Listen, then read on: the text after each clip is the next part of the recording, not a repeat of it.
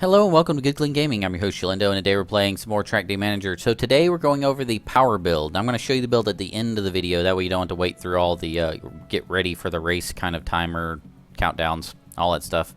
We are up against Post-Celt Racing, who apparently has an amazing car. And I didn't know about how good of a car he had till last race.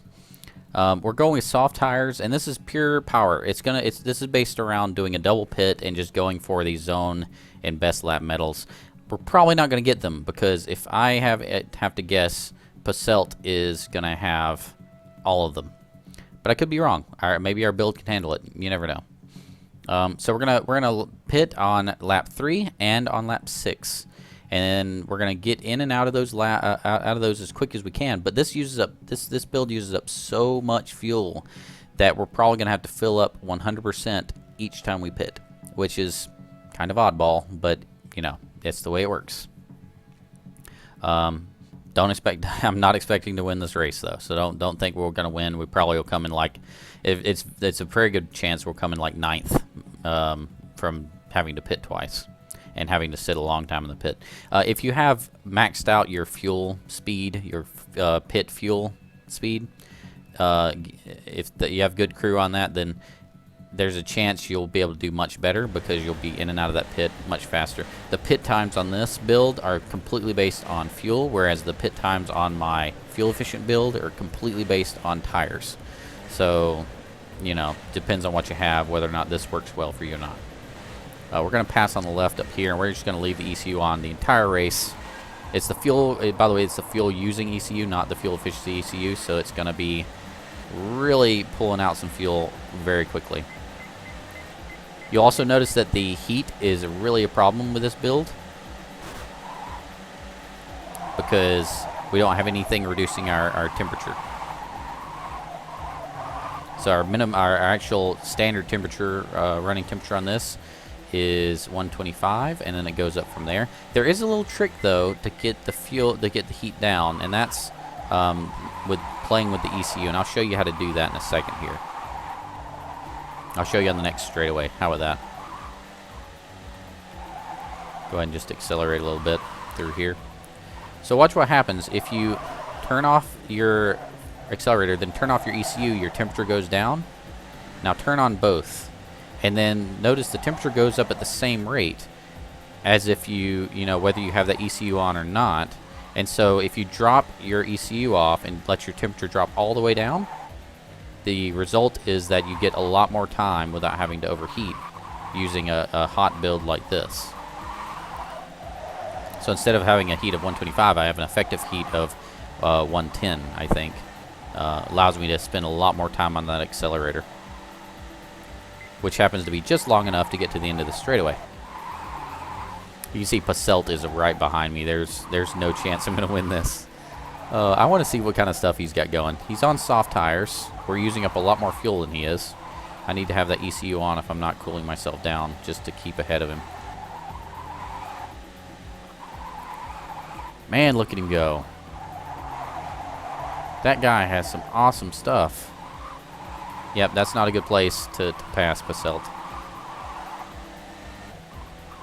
I just have to bank on his inexperience, I think. Let's go ahead and cool down a little bit, then we'll punch it right here.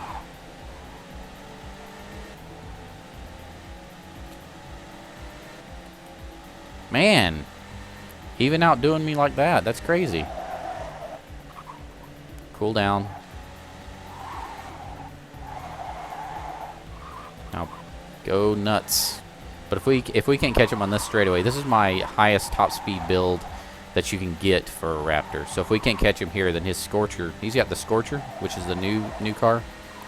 If we can't get him, then that means that he just has better stuff than we do, and there's no getting around it.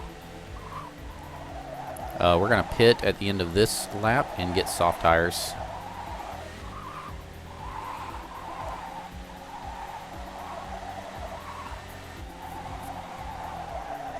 Oh, wow, he's all over the road.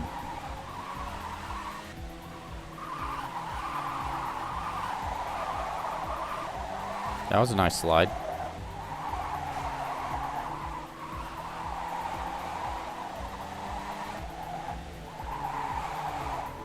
Okay, turning off the ECU, getting the heat down. Now we're turning on both. We should get to the end.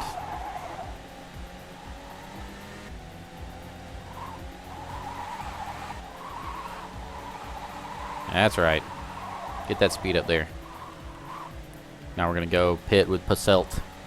We don't have our fast pit design, so we're gonna be sitting all the way to 100% fuel. So he's gonna get out of the pit before we do.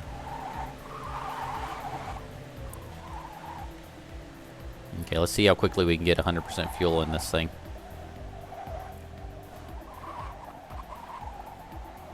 And now we twiddle our thumbs and wait. There we go. This thing just chews through fuel. So we're going to end up with like a pit time of like 25 seconds. And that's what really sinks this build for actually winning races, is that you end up spending too much time in the pits.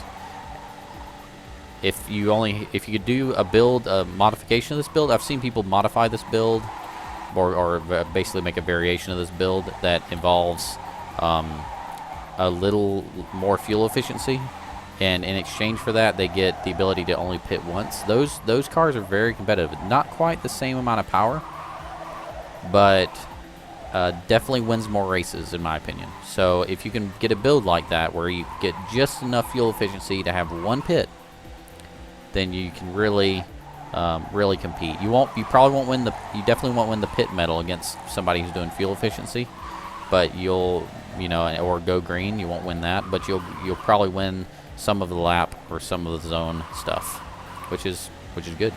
Let's let the heat get down and now go.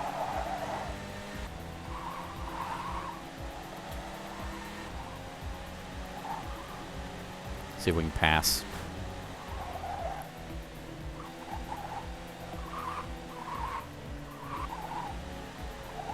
I'm kind of confused why it still says lap 3. I could have sworn we were already on lap 3. Now it says lap 5. Okay.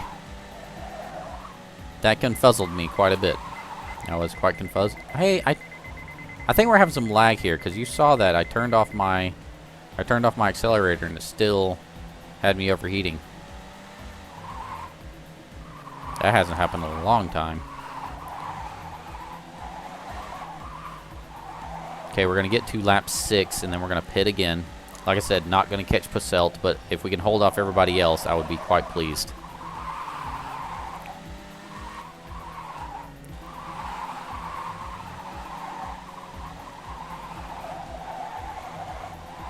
Come on. So, back to the fuel-efficient build. I forgot to mention something last video. If you're using the fuel-efficient build, hard tires utilize less fuel than soft tires. Because the hard tires stay good longer, and bad tires use fuel faster than good tires. So having hard tires by default just means that you end up with more fuel efficiency. So if you really want to push that fuel efficiency as much as possible, you can go hard tires. But I think that's overkill. I think ideally you'd want to be able to end a race on the fuel efficient build. You'd want to tweak that to where you're ending races with just enough fuel. You go, I'm saying just, oh, whoa. Okay, I'm upside down. That was bad choice on my part. You want to end a race with just enough fuel to get across the finish line. And if you did that, and you're leaving the pit immediately once the tires are going on, if you did those two things, that would probably be the ideal fuel efficient build. The ideal power build is probably one that doesn't need a double pit. Mine does. And also an ideal build is probably not sliding off the road constantly. That would be helpful.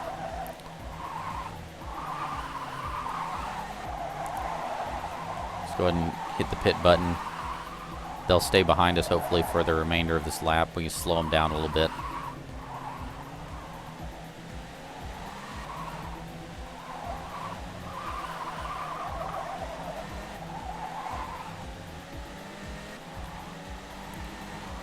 Nice. See how close we are to running out of fuel? I'm right in the middle of them. Nice. 6. There we go. So we got a lot of time to make up. We made too many mistakes. When I say we, I mean I. I made too many mistakes by sliding into the road, into the wall and stuff like that.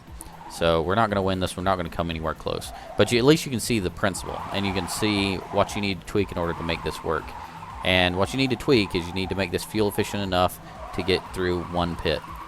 With the fuel efficient build, you just to reiterate, you need to get it to where you barely have enough fuel to finish the race. If you do those things, make variations that work for both those cars, they're awesome. The tricky part with making that happen is that you have to basically make a build for each, or at least either a build or a play style or both, for every track. And it's kind of hard to do that.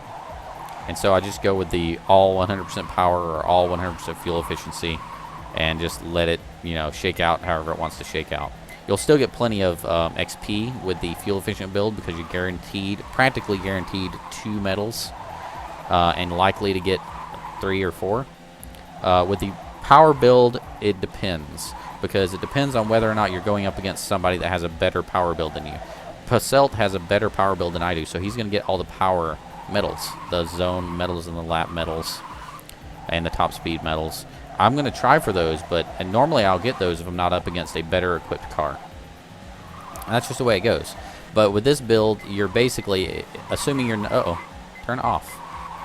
Assuming you're not going up against somebody with a better power build, you stand a good chance of getting up to 5 medals, and that's good. But the medals that you get are more heavily competed for.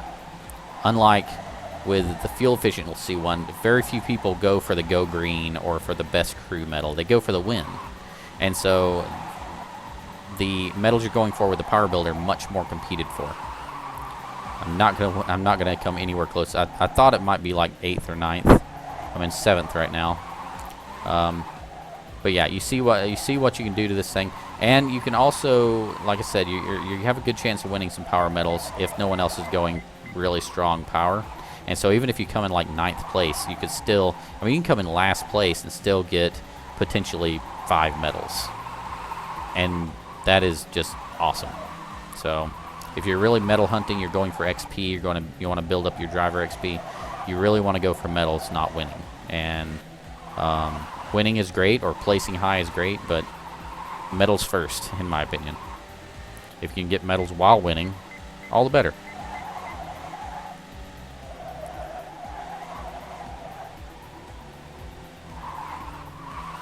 Let's see if we can just power around. We're not going to be able to catch up to Trackday Manager, but it would be close. Yep, close. Personal best lap, not bad. 110. What did we do here? 353 Posselt. We got 350.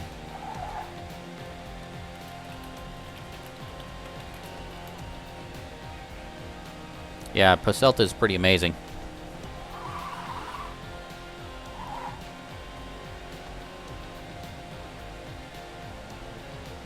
So yeah, he got all the stuff. All the stuff.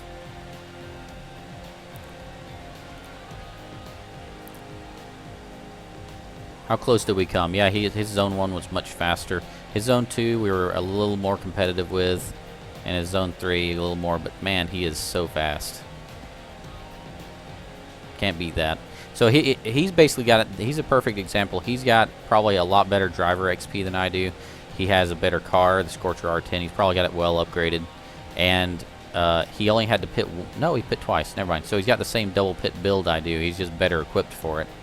So you can see Posselt is a good example of what a power build can do for you if you can get it working right.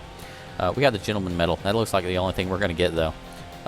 Anyway, Phil, I got to show you the actual build, don't I? Before I conclude the episode, here's how you actually put it together.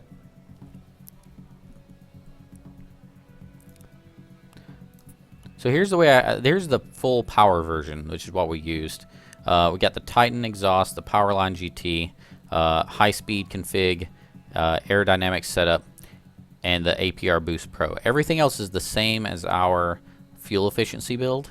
So those are the changes. Now, what's the most efficient thing to change in order to get this thing to work on one pit?